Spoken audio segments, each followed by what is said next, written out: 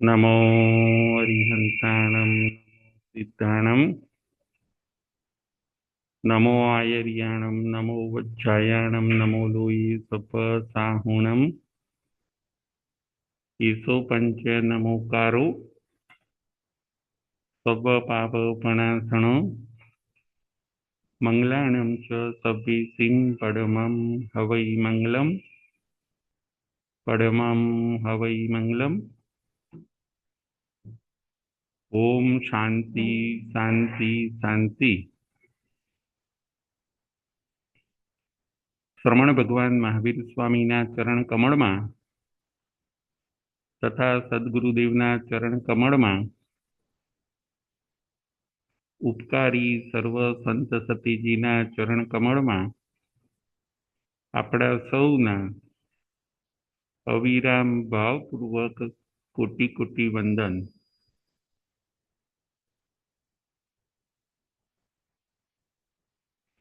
જય જિનેન્દ્ર. તારીખ 17/1/25 પ્રવચન નંબર 1. આજના આપણા પ્રવચનનો વિષય છે આચારનું ઓજસ.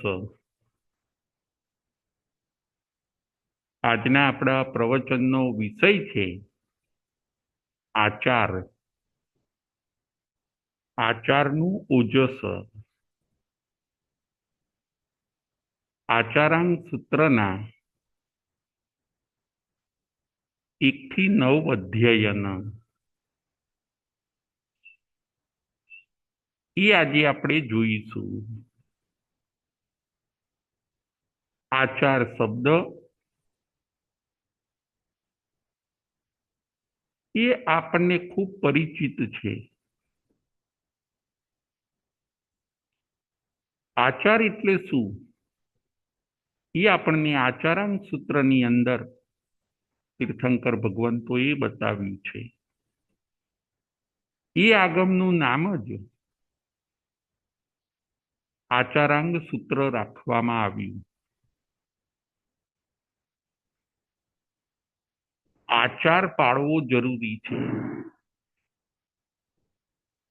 આચાર એટલે એક્શનમાં મૂકવું. આપણી પાસે જે જ્ઞાન છે એ જ્ઞાનને આપણે અમલમાં મૂકવું, એક્શનમાં મૂકવું, એનું નામ છે આચાર. જો આપણે આચારમાં મૂકતા નથી તો આપણને લાભ થતો નથી. તો એ જ્ઞાન કોરું જ્ઞાન છે, જ્ઞાન છે, પરંતુ આચારમાં જો આપણે મૂક્યું નહીં, અમલમાં મૂક્યું નહીં, તો એનો બેનિફિટ થતો નથી. જેમ કોઈ મેડિસિનનું આપણને જ્ઞાન હોય, કોઈ દવાનું આપણને જ્ઞાન હોય છે, પછી એ મેડિસિનને આપણે લેવી પડે છે, એ દવાને આપણે ગળવી પડે છે, ત્યારે એનું રિઝલ્ટ આવે છે. બસ એવી જ રીતે ધર્મનું પણ જે જ્ઞાન છે એને જ્યારે આપણે અમલમાં મૂકીશું ત્યારે ચોક્કસ આપણું કલ્યાણ થશે. આચાર પ્રથમ ધર્મ. જ્ઞાનને કોરું ન રાખો, એને અમલમાં મૂકો, તમને ચોક્કસ ફાયદો થશે. આ વાત આપણે જોવાની છે. એના ઉપર આપણે આચારાંગ સૂત્રના 1 થી 9 અધ્યયનમાં શું શું આવે છે એ આપણે જોઈશું. જ્યાં સુધી આપણે એક્શનમાં મૂકતા નથી ત્યાં સુધી આપણે લાભને ગુમાવીએ છીએ. આપણે રસ્તે ચાલતા જતા હોઈએ અને જો ખાડો જોઈએ આપણે કે આગળ ખાડો છે, તરત આપણે એ જ્ઞાનને અમલમાં મૂકીએ છીએ, સાઈડમાંથી ચાલીશું. આપણને ખબર છે કે ખાડાની અંદર પડી જવાશે. પાપ કરવા જેવું નથી, એ જ્ઞાન છે, પરંતુ એનો ત્યાગ જો આપણે કરીએ તો આપણે એ જ્ઞાનને આચારમાં મૂક્યું.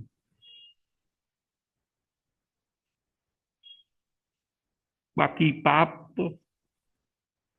કરવા જેવું નથી, એ જ્ઞાન તો બધાને છે.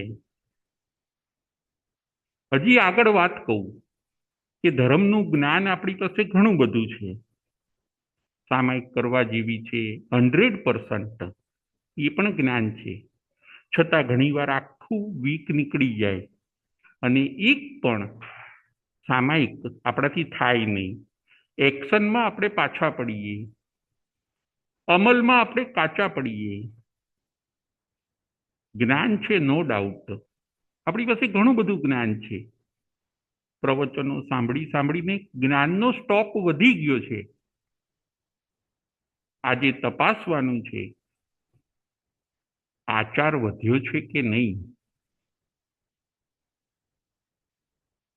વિનય કરવા જેવો છે, એ જ્ઞાન આપણને છે. ગુસ્સો કરાય નહીં, એ જ્ઞાન આપણને છે. તપ બેસ્ટ વસ્તુ છે. પ્રતિક્રમણ 100% સારામાં સારી વસ્તુ છે. આવું સોલિડ અને જબરજસ્ત જ્ઞાન આપણી પાસે છે, પરંતુ આપણે આપણને પૂછવાનું છે કે શું આ વાતને આપણે અમલમાં મૂકીએ છીએ, આપણે આચારમાં મૂકીએ છીએ. ડોક્ટર પ્રિસ્ક્રિપ્શન લખી આપે આપણને, વાંચી લઈએ, ગોખી લઈએ, પરંતુ જો આપણે દવા ન લઈએ તો રોગથી મુક્ત થતા નથી. એમ ભગવાન કહે છે, અમે ભલે 32 આગમોમાં તમને જ્ઞાન આપ્યું, એ એક પ્રિસ્ક્રિપ્શન જેવું હતું, એને તમે હવે અમલમાં મૂકો. પાણીનું જ્ઞાન છે આપણને કે પાણી પીવાથી તૃષા શાંત થઈ જાય છે. તો જુઓ, આપણે જ્યારે જ્યારે તરસ લાગે ત્યારે આપણે પાણી પીએ છીએ. જમવાથી ભૂખ શાંત થઈ જાય છે, એનું જ્ઞાન છે, માટે આપણે જમવાનું ચૂકતા નથી.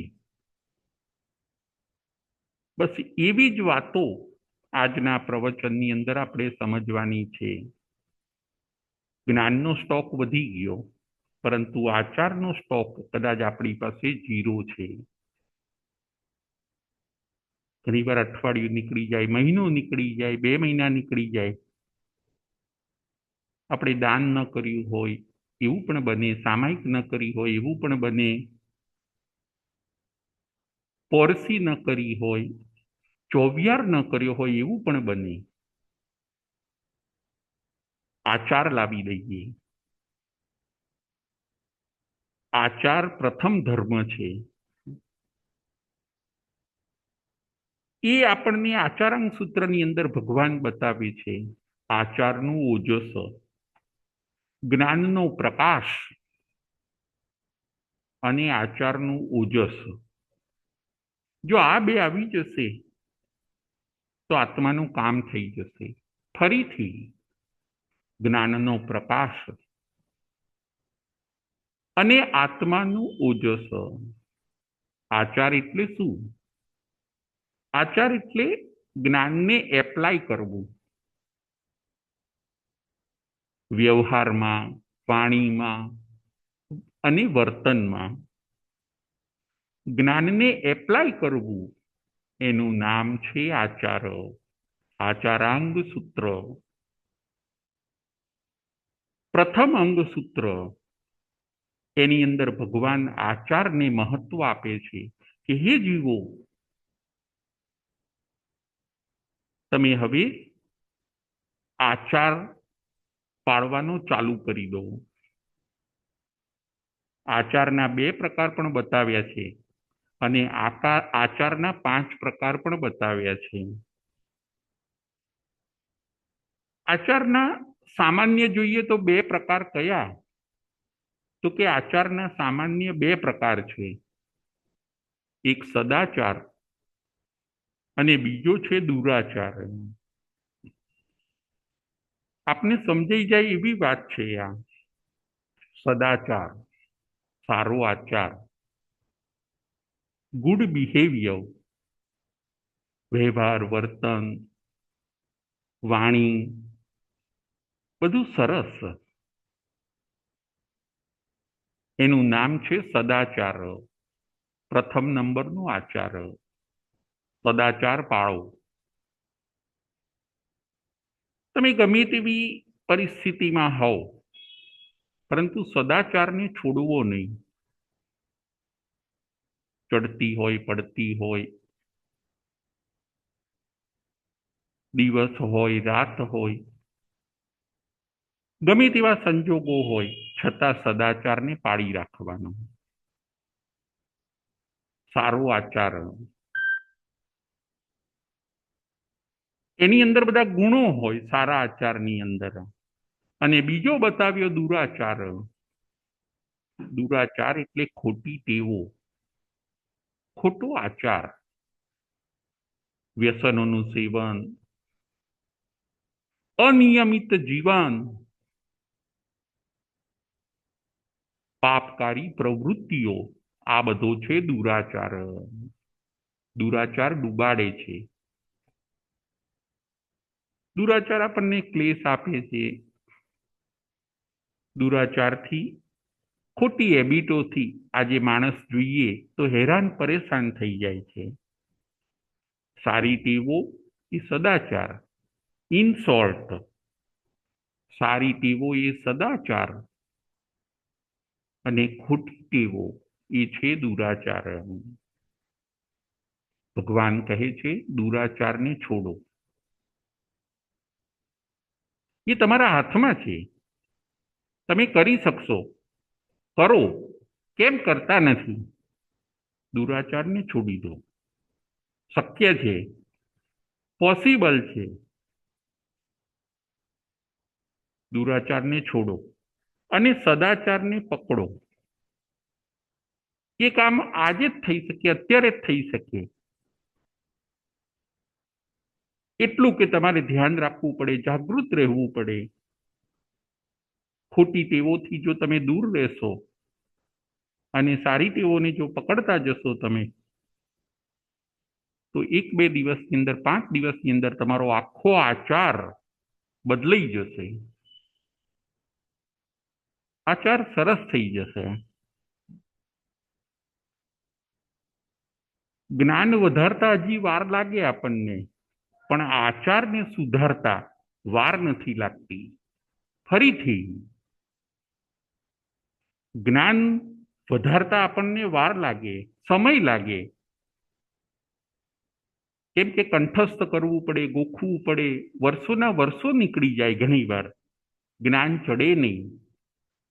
જ્ઞાન વધારતા હજી વાર લાગે, પરંતુ આચારને સુધારતા વાર લાગતી નથી. એ જો આપણો દ્રઢ સંકલ્પ હોય, મનની જો મજબૂતાઈ હોય, તો આપણે આચારને આજ પળે આપણે સુધારી શકીએ છીએ. 2 પ્રકારના આચારો, સદાચાર અને દુરાચાર. આચારાંગ સૂત્ર. બીજા પણ 5 પ્રકારના આચાર બતાવ્યા કે જીવનની અંદર આચાર, એક્શન 5 ટાઈપની હોવી જોઈએ. જ્ઞાનાચાર, દર્શનાચાર, ચારિત્રાચાર, તપાચાર અને વીર્યાચાર. શાસ્ત્રની અંદર આ 5 આચાર બતાવ્યા કે હંમેશા આ 5 વસ્તુમાં તમે એક્ટિવ રહો. બસ આ 5ની અંદર તમે પ્રગતિ કરો. આ 5ની અંદર તમે પરોવાયેલા રહો. પંચાચાર, જ્ઞાનાચાર, દર્શનાચાર, ચારિત્રાચાર, તપાચાર અને વીર્યાચારણ. જ્ઞાન ભણવું, ભણાવવું, જ્ઞાનથી જીવન જીવવું એ છે જ્ઞાનાચારણ. દર્શનાચારણ, સંકિતને નિર્મળ પાળવું, વિચારો સરસ રાખવા, પોઝિટિવ રહેવું, એને કહેવાય છે દર્શનાચારણ. ચારિત્રાચારણ, વ્રતોમાં રહેવું, મર્યાદા, નિયમ, પ્રતિજ્ઞા માં રહેવું, એને કહેવાય છે ચારિત્રાચારણ. તપાચારણ, 12 પ્રકારના તપમાં એક્ટિવ રહેવું. 6 બાહ્ય તપ અને 6 આભ્યંતર તપ. અને 5મું છે વીર્યાચારણ, એટલે સારા કામોમાં ઉત્સાહ રાખવો. સારા કામોની અંદર સારા ભાવ રાખવા, ઉત્સાહ રાખવો, ઉત્સાહને વધારવો, ભાવોની વૃદ્ધિ કરવી, એને કહેવાય છે વીર્યાચારણ. બસ જો આ આચાર આવી જશે, જીવન સરસ બની જશે. માણસમાં જ્ઞાન, દર્શન, ચારિત્ર, તપ અને ઉત્સાહ આવી જાય છે. પછી એ જીવ પોતે ખૂબ આગળ નીકળી જાય છે. એના સુખ શાંતિ વધી જાય છે. એ પોતે સદગતિને પણ પ્રાપ્ત કરે છે અને પરંપરાએ મોક્ષને પણ પ્રાપ્ત કરે છે. દુરાચાર પકડાઈ ન જાય એ આપણે ધ્યાન રાખવાનું છે. અને સદાચાર છૂટી ન જાય એ પણ આપણે ધ્યાન રાખવાનું છે. આપણે થોડા અંતર્મુખ બનવાનું છે. આપણું જીવન કઈ બાજુ જઈ રહ્યું છે. આપણે ગતાનુગતિક તો જીવતા નથી ને. આપણે ગાડરિયા પ્રવાહની જેમ તો જીવતા નથી ને. હવે જીવન મળ્યું છે, પૂરું કરો એવા લક્ષ્યથી તો જીવતા નથી ને. કામ, ભોગ, વિષય, વાસના, ક્લેશ, ઝઘડા રગડા, એવા બધામાં જીવન કદાચ પસાર થાય અને પૂરું થાય એવું તો નથી બનતું ને. જીવનને તપાસવાનું છે. આચારનું ઓજસ, આચારનું ઓજસ હોવું જોઈએ. આચાર બ્યુટીફુલ હોવો જોઈએ. આપણું એક એક પગલું, આપણું એક એક સ્ટેપ વિચારપૂર્વકનું, જ્ઞાનપૂર્વકનું, સમજણપૂર્વકનું, વિનયથી ભરેલું હોવું જોઈએ. આચાર પ્રથમ ધર્મ છે. આચરણ સૂત્રની અંદર ભગવાન આ બધી આપણને વાત બતાવે છે કે તમે તમારા આચારને હવે સુધારી લો. ઘણીવાર આચાર સારો પાડવાથી વિચારોની પણ શુદ્ધિ થાય છે. આચારની શુદ્ધિથી વિચારની શુદ્ધિ, અને ઘણીવાર વિચારની શુદ્ધિથી આચારની શુદ્ધિ થાય છે. આચાર પણ સારો હોવો જોઈએ, વિચાર પણ સારા હોવા જોઈએ. આચારની શુદ્ધિથી વિચારની શુદ્ધિ થાય છે. વિચારની શુદ્ધિથી આત્માની શુદ્ધિ થાય છે. અને આત્માની શુદ્ધિ સમ્યક જ્ઞાનથી થાય છે.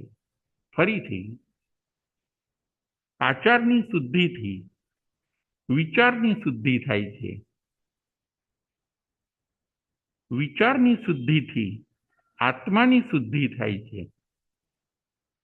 અને આત્માની શુદ્ધિ એ સમ્યક જ્ઞાનથી થાય છે. સમ્યક જ્ઞાન આવે અને સમ્યક આચાર આવે પછી આપણે આગળ વધી જઈએ છીએ. આચારાંગ સૂત્રના 9 અધ્યયન એમાં શું આવે છે એ આપણે થોડુંક જોઈશું. આગમ પ્રવચન. દર શુક્રવારે આપણે આગમ ઉપર પ્રવચન જોઈશું. 11 અંગ, 12 ઉપાંગ, 4 મૂળ, 4 છેદ. 32મું આવશ્યક સૂત્ર ભગવાનની વાણી, જીન વાણી, એનો જે રસ છે એનું આપણે પાન કરીએ. દુનિયા કઈ બાજુ છે એ પણ જાણીએ, આપણે કઈ બાજુ છીએ એ પણ આપણે જોઈએ. હવે કરવું છે શું, સારભૂત શું છે, આવી બધી અગત્યની વાતો આપણે આગળ પ્રવચનના માધ્યમે સાંભળીશું. પરમાત્માએ તો આપણને મન મૂકીને જ્ઞાન આપ્યું છે, બસ એ જ્ઞાનનું આપણે પાન કરવાનું છે. આચારાંગ સૂત્રના 9 અધ્યયનો. એ 9 અધ્યયનના આપને નામ કહું અને એ 9 અધ્યયનની અંદર શું શું આવે છે એનું એક આપણે વિહંગાવલોકન કરીએ. 9 અધ્યયનને થોડાક ઉપરથી સમજીએ અને આપણે આપણો આખો આચાર બદલી નાખીએ. 9 અધ્યયનના નામ, 9 ચેપ્ટર્સ. આચારાંગ સૂત્ર ભાગ 1. એનું પહેલું અધ્યયન છે શસ્ત્ર પરિજ્ઞા. પહેલા અધ્યયનનું નામ શસ્ત્ર પરિજ્ઞા. બીજું અધ્યયન લોક વિજય. બીજા અધ્યયનનું નામ લોક વિજય. ત્રીજા અધ્યયનનું નામ શીતોષ્ણીય. ત્રીજું અધ્યયન છે શીતોષ્ણીય. ચોથું અધ્યયન સમ્યક દ્રષ્ટિ. ચોથું અધ્યયન સમ્યક દ્રષ્ટિ. પાંચમું અધ્યયન લોકસાર. પાંચમું અધ્યયન લોકસાર. છઠ્ઠું અધ્યયન ધૂત. છઠ્ઠા અધ્યયનનું નામ છે ધૂત. સાતમું અધ્યયન મહાપરિજ્ઞા. સાતમા અધ્યયનનું નામ છે મહાપરિજ્ઞા. આઠમા અધ્યયનનું નામ છે વિમોક્ષ. આઠમા અધ્યયનનું નામ વિમોક્ષ. અને નવમા અધ્યયનનું નામ છે ઉપધાન શ્રુત. ઉપધાન શ્રુત નવમા અધ્યયનનું નામ. બહુ જાણવા જેવા છે, બહુ સમજવા જેવા 9 અધ્યયન છે. એની અંદર ભગવાને આપણને કી બતાવી છે. કી એટલે ચાવી. આપણને માર્ગ બતાવ્યો છે, રસ્તો બતાવ્યો છે કે આ રસ્તે જો તમે ચાલશો તો તમારો આચાર સુંદર નહીં, અતિ સુંદર બની જશે. તમારા વ્યવહાર, વાણી, વર્તનની અંદર નરી નમ્રતા ઝળકશે. વિનય લાવવો નહીં પડે, ઓટોમેટિક આવી જશે. આચારાંગ સૂત્ર પ્રથમ અધ્યયનના પ્રથમ ભાગના 9 અધ્યયન. પ્રથમ અધ્યયનનું નામ છે શસ્ત્ર પરિજ્ઞા. શસ્ત્ર પરિજ્ઞા એટલે શું? થોડોક એનો પરિચય લઈએ. આપણે નવી નવ અધ્યયનનો થોડોક પરિચય લઈએ. શસ્ત્ર પરિજ્ઞા. શસ્ત્રને જાણો, શસ્ત્રનું જ્ઞાન કરો. શસ્ત્ર શું છે? વેપન. શસ્ત્ર એટલે વેપન. એને ઇંગ્લિશમાં આપણે વેપન કહીએ. તો કે હિંસા એ શસ્ત્ર છે. હિંસાને છોડો. એ તમારો આચાર બગાડે છે. વાયોલેન્સ. વાયોલેન્સ તમે છોડો. કે તમે મન વચન કર્મથી કોઈની હિંસા ન કરો. હિંસા એ શસ્ત્ર છે. એનાથી બીજા જીવ મરી જાય છે, બીજા જીવની ઘાત થાય છે. આ વાતને તમે માઇન્ડની અંદર સેટ કરી લો. પહેલું અધ્યયન શસ્ત્ર પરિજ્ઞા. એમાં ભગવાન છકાઈ જીવની સિદ્ધિ કરે છે અને છકાઈ જીવની દયા પાડવાની વાત કરે છે કે જેનો આચાર સારો હોય એ બીજાની હિંસા કરી જ કેવી રીતે શકે. ફરીથી, જેનો આચાર સારો હોય એ બીજાની હિંસા કરી જ કેવી રીતે શકે. અને જો બીજાની હિંસા કરે છે તો એનો આચાર સારો નથી, પરંતુ એનો એ આચાર દુરાચાર છે. માટે વેપનને તમે જાણો. ગમે તેવી પરિસ્થિતિની અંદર તમારે અહિંસક જ બનવાનું છે. તમારે નોન વાયોલન્સને ફોલો કરવાનું છે. અહિંસાને તમારે પાળવાની છે. જીવદયાને પાળવાની છે ગમે તેવી પરિસ્થિતિમાં. અને હિંસા જે વેપન છે, જે શસ્ત્ર છે, એનાથી તમારે દૂર રહેવાનું છે. પૃથ્વીકાય, અપકાય, પીવુકાય, વાયુકાય, વનસ્પતિકાય, ત્રસકાય. એકેન્દ્રી, બેઇન્દ્રી, તેઇન્દ્રી, ચૌરેન્દ્રિય, અસંગની પંચેન્દ્રિય, સંગની પંચેન્દ્રિય, નાના મોટા જીવજંતુ, એની ક્યાંય હિંસા ન થઈ જાય. તમે એવી લાઈફ સ્ટાઈલથી રહો કે જેમાં કોઈ જીવ મરે નહીં, તો તમારો આચાર સારો છે. બાકી જો ઘણા જીવોનો કચ્ચર ઘાણ વર્તો હોય, આપણાથી ઘણા જીવો મરતા હોય, અને પછી આપણો આચાર સારો છે ને આપણે જીવન સારું છે, એ બધી વાતો કરીએ આપણે, તો એ આપણો ખોટો ખ્યાલ છે. જીવદયાનું ભાન નથી અને સારા આચારની વાતો કરીએ, એ કેવી રીતે બની શકે? મનથી, વચનથી અને કર્મથી કોઈને દુઃખ પણ ન થવું જોઈએ. મધુર હાસ્ય, સરસ પ્રસન્નતા,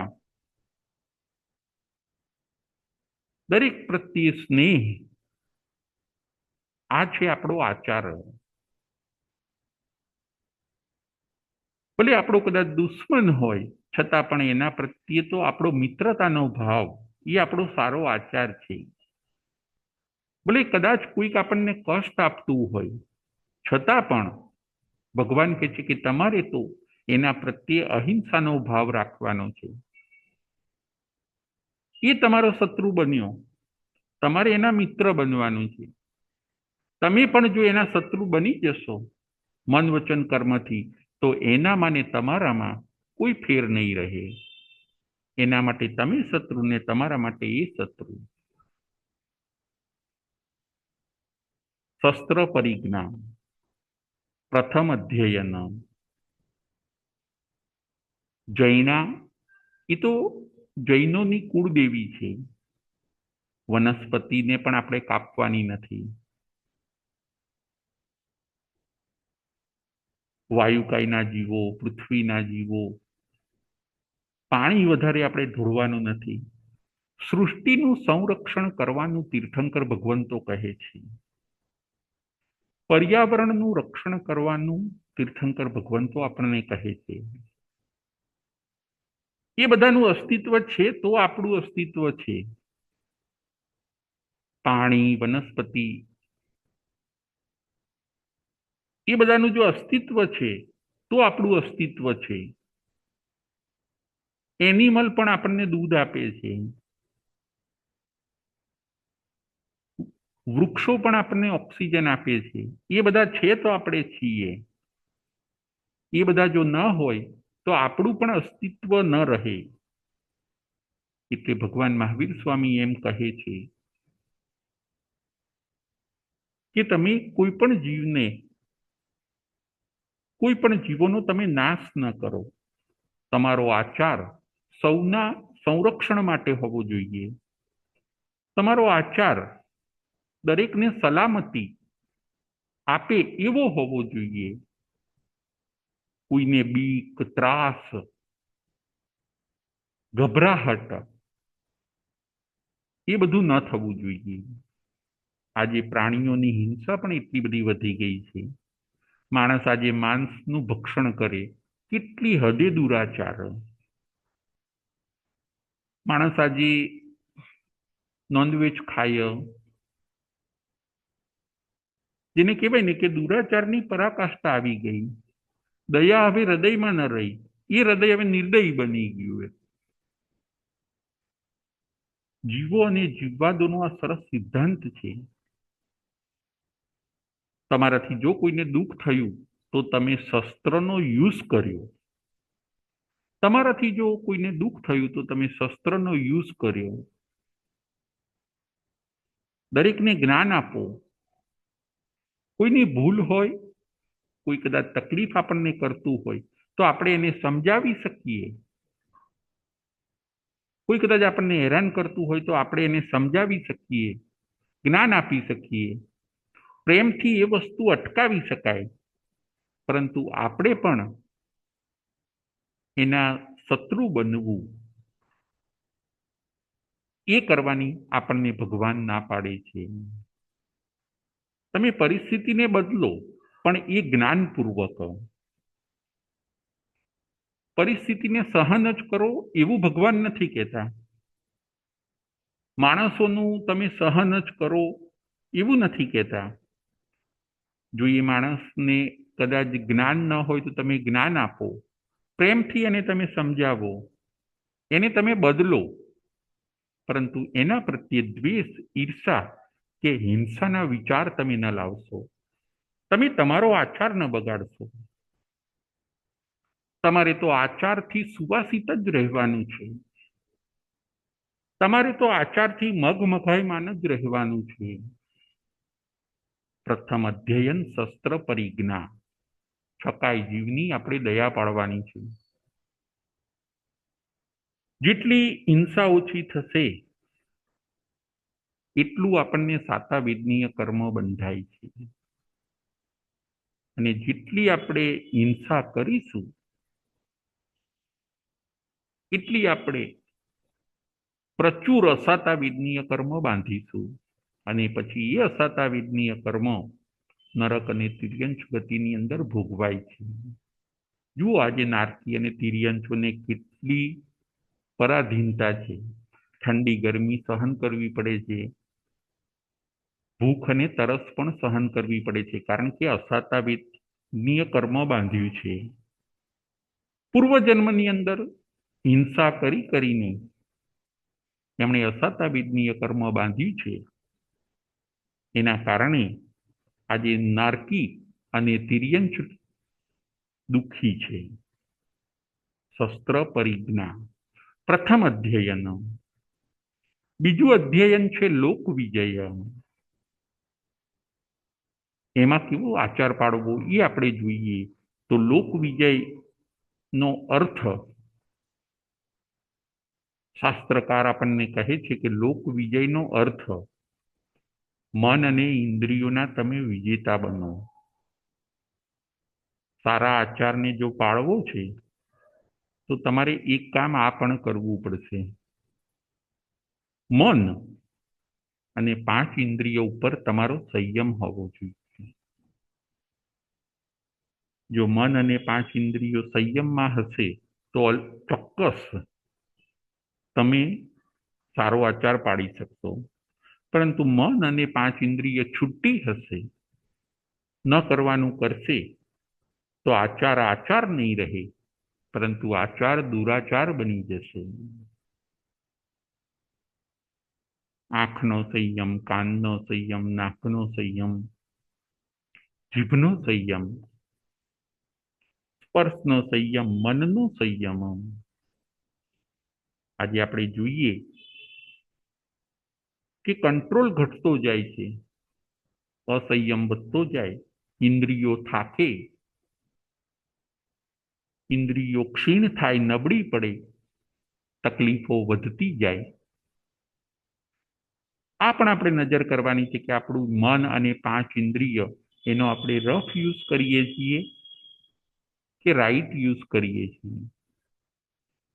આપણી 5 ઇન્દ્રિયને છઠ્ઠું મન શેમાં વપરાય છે, એકવાર આપણે અંદર અવલોકન કરીએ. દુનિયાને જોવામાં, દુનિયાને માણવાની અંદર 5 ઇન્દ્રિય અને છઠ્ઠું મન ખોવાઈ તો ગયા નથી ને? 5 ઇન્દ્રિય અને છઠ્ઠું મન મળવું બહુ મુશ્કેલ છે. આવી ઉત્તમ, અલૌકિક અને અમૂલ્ય 5 ઇન્દ્રિય ક્યાં વપરાય છે, એ પણ આપણે એક સૂક્ષ્મ દ્રષ્ટિથી વિચારવાની જરૂર છે. લોક વિજય, 5 ઇન્દ્રિય અને છઠ્ઠા મન ઉપર તમે વિજય મેળવો. બીજા ચેપ્ટરની અંદર ભગવાન આપણને આ કહે છે. ત્રીજું ચેપ્ટર શીતોષ્ણીય. ત્રીજા ચેપ્ટરનું નામ છે શીતોષ્ણીય. શીત અને ઉષ્ણ તમને પરિસહ બંને આપવાના. લાઈફની અંદર તમને બંને પરિસહ આવશે. સારા પરિસહ પણ આવશે અને ખોટા પરિસહ પણ આવશે. અનુકૂળ પરિસહ પણ આવશે અને પ્રતિકૂળ પરિસહ પણ આવશે. સુખના દિવસો પણ આવશે અને દુઃખના દિવસો પણ આવશે. ભગવાન કહે છે કે આ વસ્તુ તમે ધ્યાનમાં રાખજો. સુખના દિવસો આવે તો ગાંડા બની જવાનું નથી, અને જો દુઃખના દિવસો આવે તો તમારે ભાંગી પડવાનું નથી. દરેક પરિસ્થિતિમાં તમારો વિવેક, જ્ઞાન, પ્રસન્નતા અકબંધ રહેવી જોઈએ.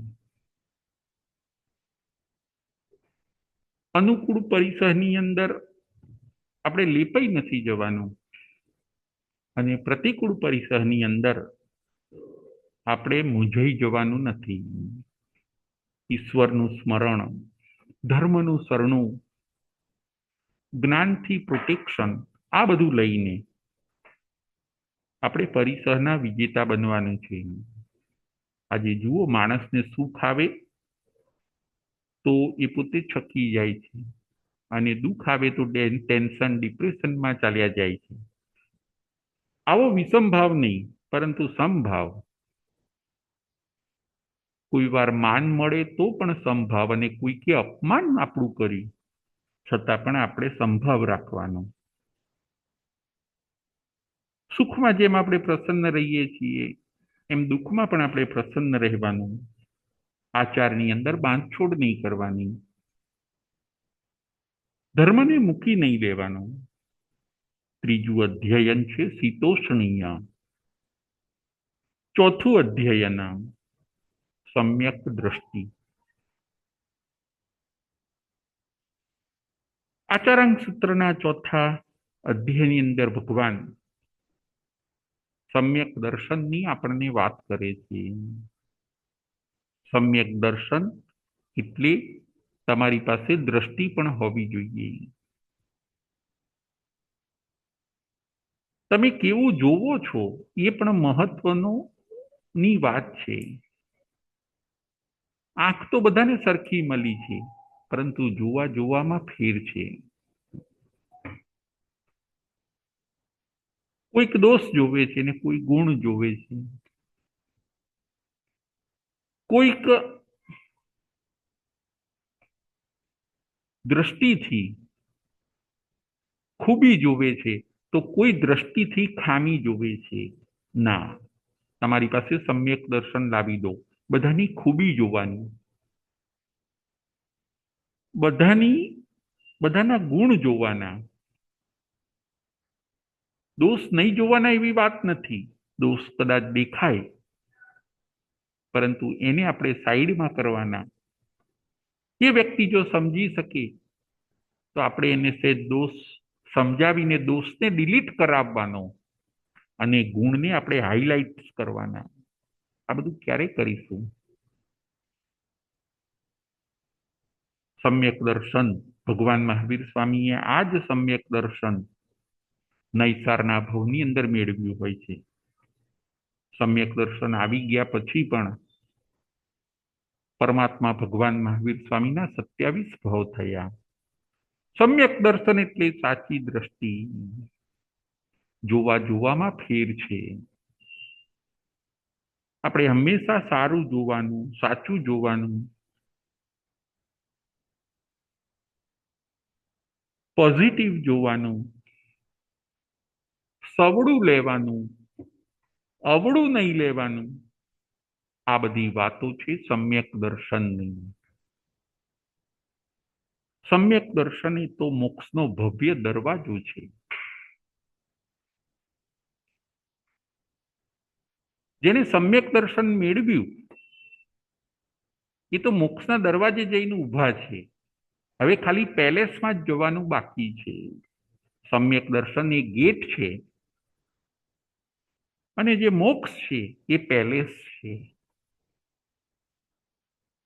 હવે આપણે મિથ્યા દ્રષ્ટિ છોડીને આપણે સમ્યક દ્રષ્ટિ બનવાનું છે.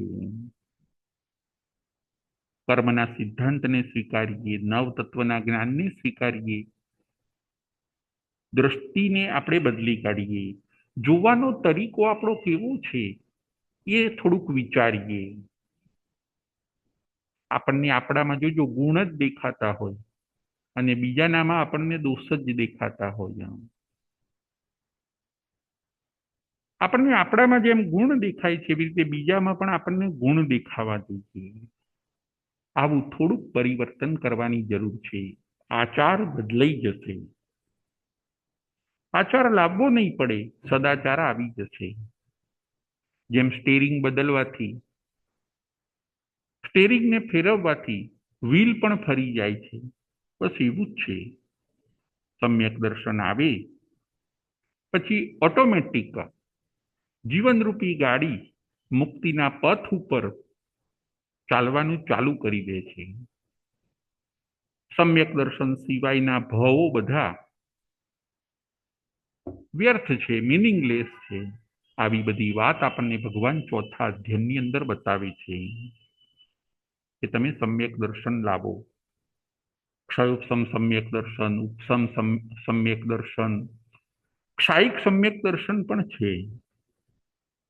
કૃષ્ણ, વાસુદેવ, શ્રેણિક મહારાજા આ બધાને ક્ષાયિક સંકિત છે. 5 અનુત્તર વિમાનના દેવોને પણ ક્ષાયિક સંકિત છે. સાચી દ્રષ્ટિ હોવી બહુ જરૂરી છે. માણસ જેવું જોવે છે, સાચું જોવે છે તો સાચું પ્રાપ્ત કરે છે, અને જો ખોટું જોવે છે તો એ ખોટું પ્રાપ્ત કરે છે.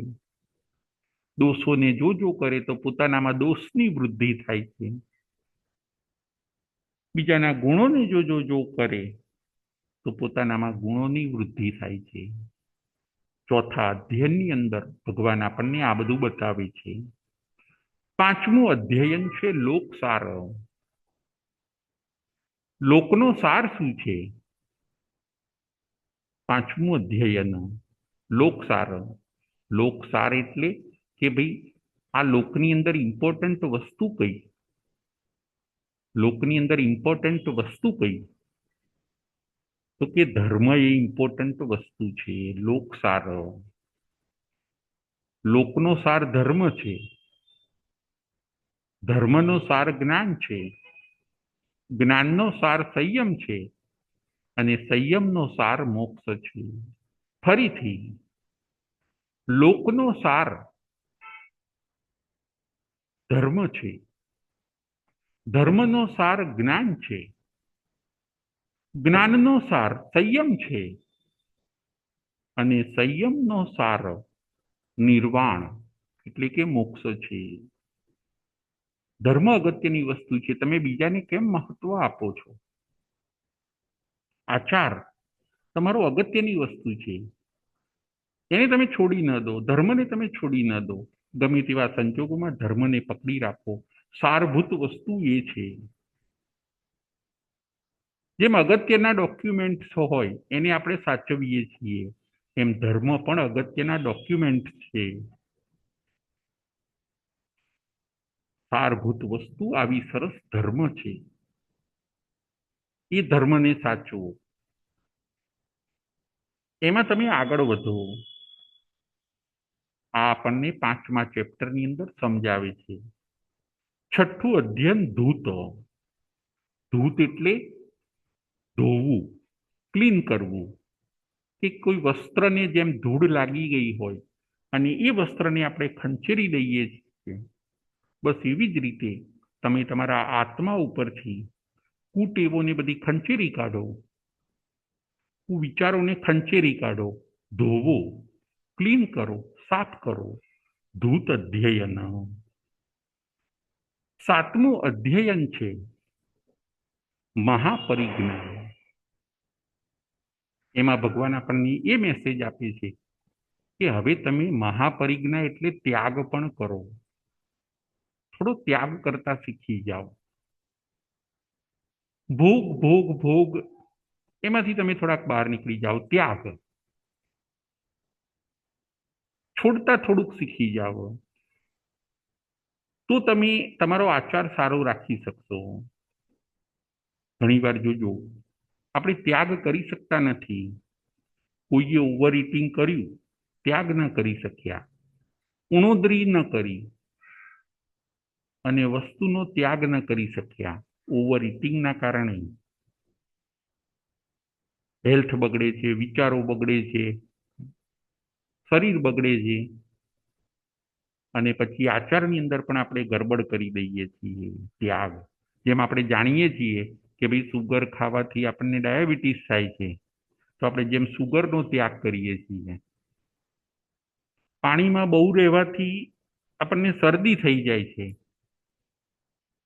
તો આપણે પાણીમાં બહુ રહેતા નથી, ત્યાગ કરીએ છીએ. બસ એવી જ રીતે પાપ ખોટું છે એવું જ્ઞાન તો છે, હવે એનો ત્યાગ તો કરો.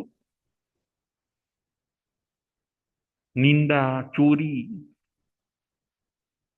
જૂઠ એ બધું ખોટું છે, એ તો ખબર છે, હવે એનો ત્યાગ કરો. એને કહેવાય છે મહાપરિજ્ઞા. મહાપરિજ્ઞા એ 7મું અધ્યયન.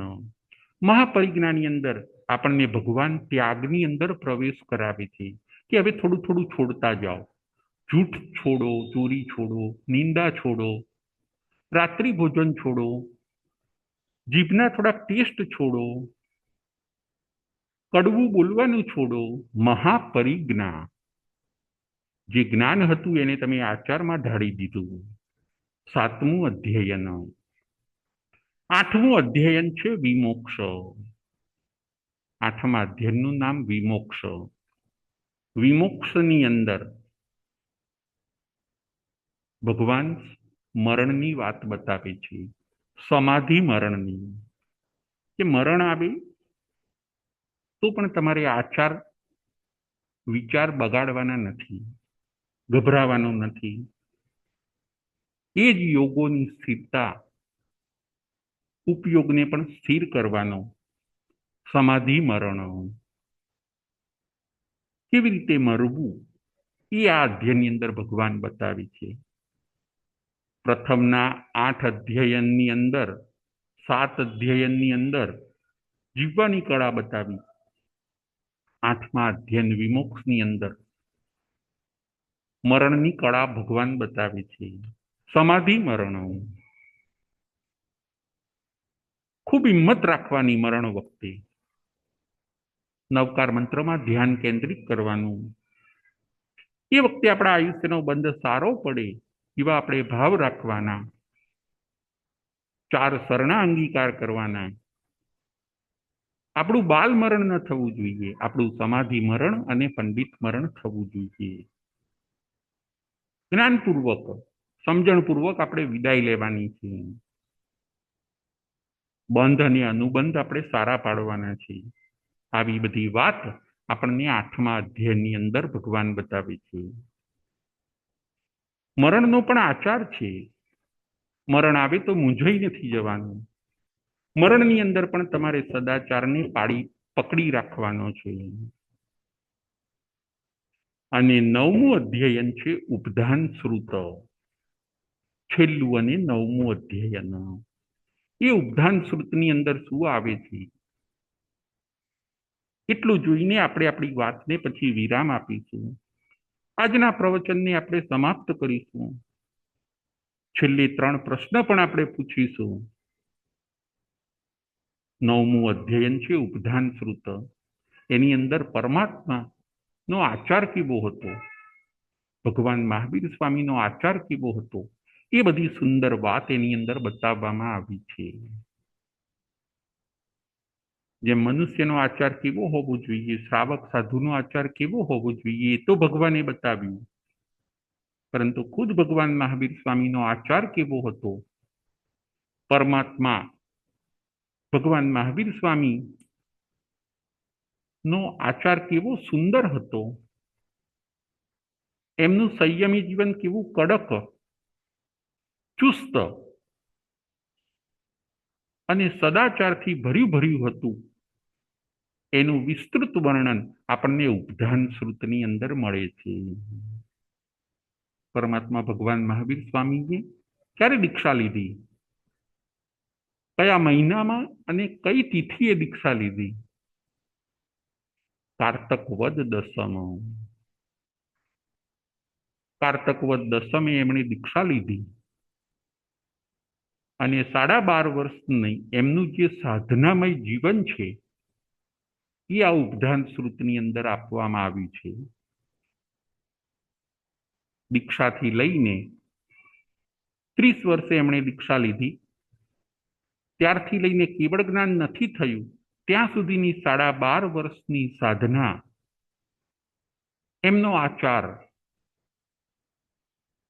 કડક સંયમી જીવન કેવું સરસ હોય છે એ એની અંદર બતાવવામાં આવે છે.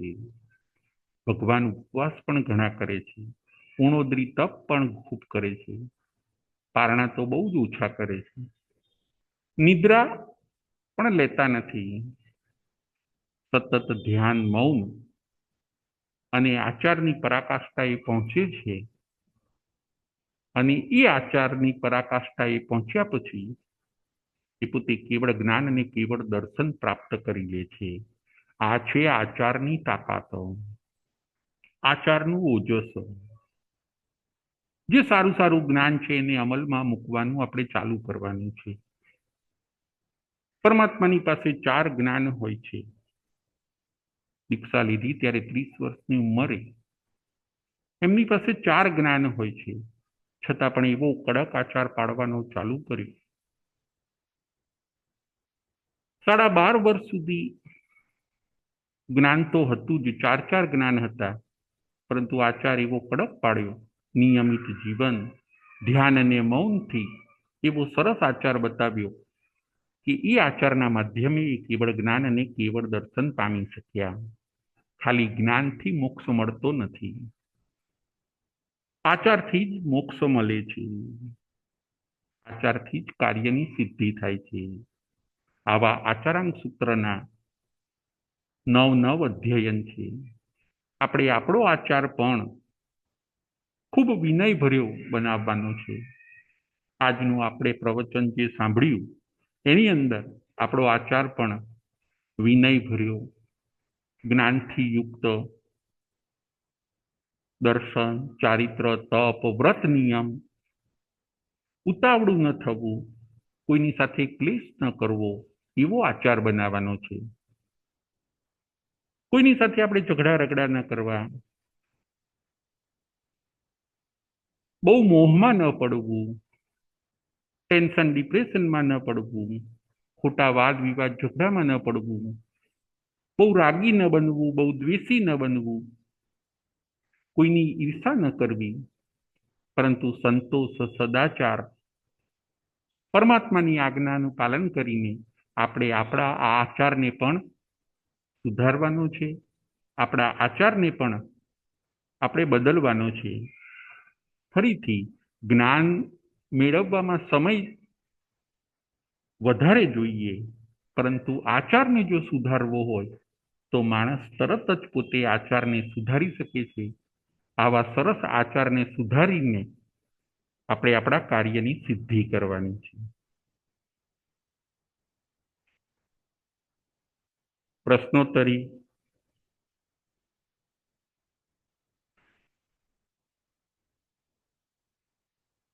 જેને પ્રશ્ન પૂછવો હોય એ પોતે હેન્ડ રેઝ કરશે, તો પછી અમે અહીંથી જવાબ આપીશું.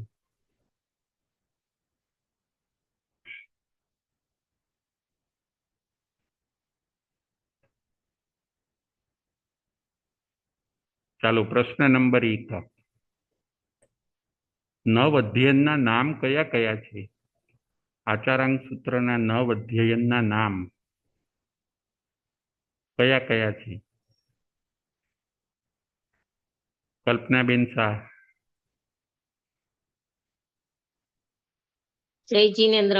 જય જીનેન્દ્ર. આચારાંગ સૂત્રના 9 અધ્યયન છે.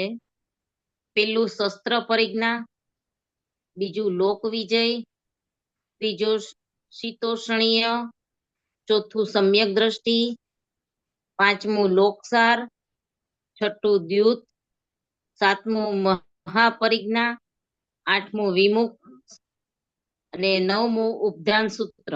બહુ સરસ, બહુ સરસ, થેન્ક યુ. હવે આગળ બીજો પ્રશ્ન. આચારના 2 પ્રકાર કયા અને 5 પ્રકાર કયા? આચારના 2 પ્રકાર કયા અને 5 પ્રકાર કયા?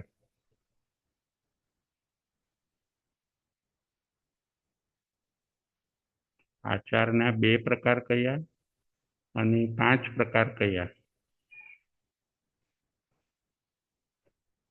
કલ્પનાબેન. જય જીનેન્દ્ર. જય જીનેન્દ્ર. આચારના 2 પ્રકાર, પેલું સદાચાર અને બીજું દુરાચાર. બહુ સરસ. અને બીજા 5 પ્રકાર, પેલું જ્ઞાનાચાર, બીજું દર્શનાચાર, ત્રીજું ચારિત્રાચાર, ચોથું તપાચાર અને 5મું વીર્યાચાર. બહુ સરસ, બહુ સરસ. હવે આગળ છેલ્લો પ્રશ્ન. ભગવાન મહાવીર સ્વામીની દીક્ષા કયા મહિનામાં અને કઈ તિથિમાં થઈ? ભગવાન મહાવીર સ્વામીની દીક્ષા કયા મહિનામાં અને કઈ તિથિમાં થઈ?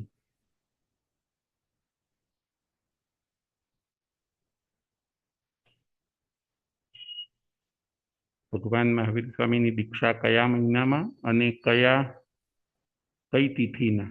કલ્પનાબેન.